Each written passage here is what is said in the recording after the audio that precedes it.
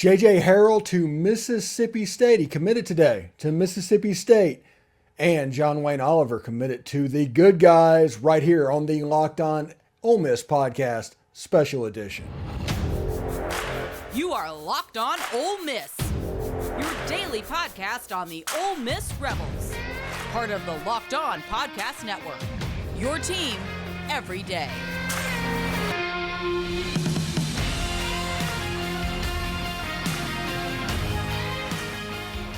Thanks again for making the Locked On Ole Miss podcast your first listen every day. We're free and available wherever you get your podcast, including YouTube. Also, we're part of the Locked On Podcast Network, your team every day.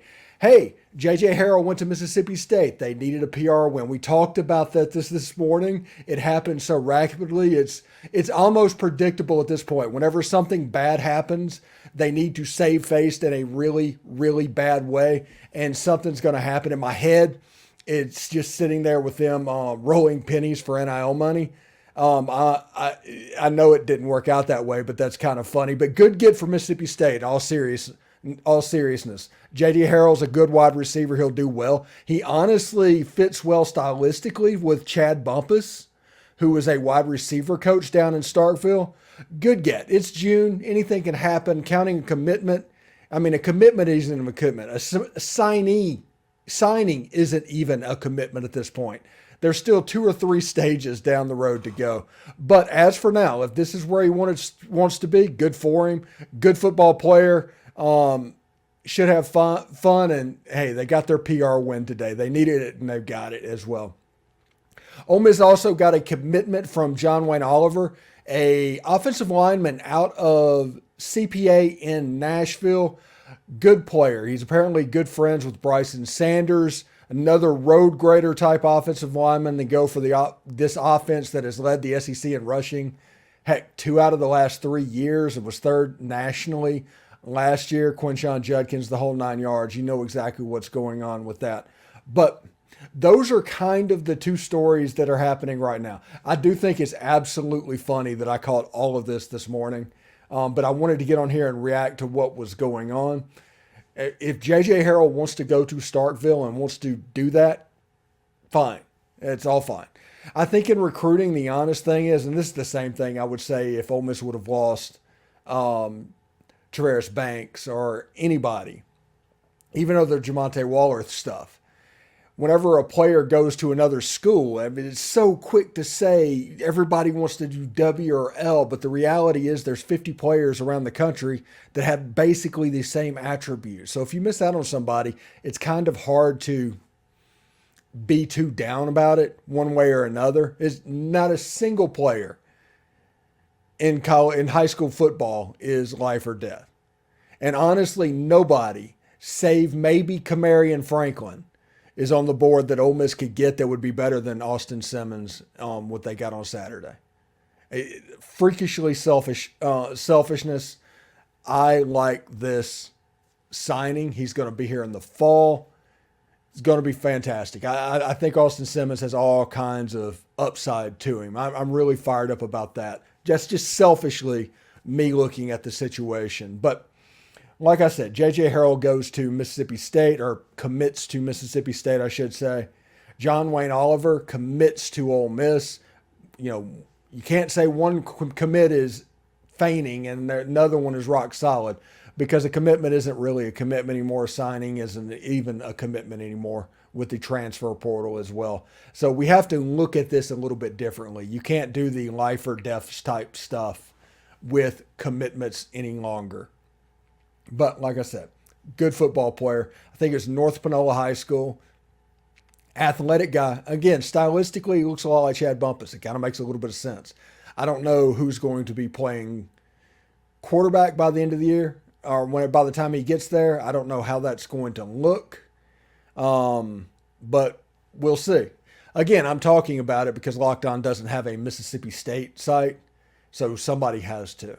But Ole Miss did get the commitment from John Wayne Oliver, offensive lineman from CPA. It'll be interesting to see. I'm going to get a breakdown done of him from Brian Smith sometime next week. Offensive lineman, I like it. We knew this was coming over the last couple of days. It was just a matter of when. So when you get to the NIL space, let's talk about that. I have the ego to where I like to think this was about me, but it's not about me. It wasn't about me. Nobody even knows that I did this. It might have got under the skin of one or two people, but I like to think it was. And NIL, whenever I kind of push buttons this morning talking about how they have no NIL money and that Mississippi State was going to try and lump money together so they can just do this to get a PR win because they need one. Because they realize that the narrative of them being the, for lack of a better word, the broke school is not the narrative that they want to have. They want to be competitive. They do have a little bit of money. I mean, I think it's Muskelly and there's different type stuff that there's money there. But when it comes to collectives, they're not as strong as some of their SEC rivals nearby. So you knew they were going to do something to try and make a splash and a PR win and try to make it look better than it is so they can say, no, they're saying that, see, look at this. When it's just, it doesn't necessarily work that way. So when we see if they string one or two of these together before I even admit that I was told incorrectly about their NIL collective situation and their NIL fund situation. But until, one or two players is not going to change my mind on that. One or two players could be just somebody donating a lot of money for NIL up front, and it's not really collective based. So we'll see exactly how that goes as well. Anyway, should be really interesting. I hope and I pray that we get Egg Bowl recruiting Twitter back. I am dead serious when I say I'm a huge fan of it. I love it. I need those weird stories. It's part of the reasons I love recruiting is the stuff that happened in between Ole Miss and Mississippi State back in the days. I am rooting for Mississippi State to get all of this on track. They might be a little bit behind, but I'm hoping they get on track to where they are a legit competitor for the future because I enjoy those stories and that weirdness and all of that. It's just a personal preference thing. Now, as far as an Ole Miss fan goes, I hope MSU stays exactly where they are. Because if that happens, there's going to be a lot more doors opening for the Ole Miss coaches than the Mississippi State coaches. And once that happens over time, there's no diamond in the rough strategy in the world that can mask somebody that can actually recruit at a high level. That's just the way it is. It's not anything mean. It's not trash talking. It's just talking factionally and about the way it is. And like I said early, and I've said many times during the broadcast, good for J.J. Harrell. Good player. And Mississippi State got a good one. They're going to have to do more than that to prove that this is any more than a Band-Aid on their current situation. They want it. They desperately want it. But I just don't know if it's there. Anyway, thank you for turning into the Locked On Ole Miss podcast, the Ole Miss Morning Show. Your team every day, part of the Locked On Podcast Network. We like to have fun.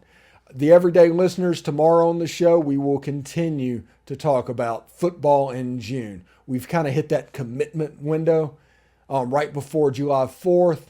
We got Juice Fest coming next month. Other than that, we got Media Days coming up in about 3 weeks, and it's going to be a slag. But Ole Miss every day, that is my mantra. I hope everybody has a good evening, and Mississippi State, enjoy this commitment. You needed a win. You got it. Take care. Hotty toddy.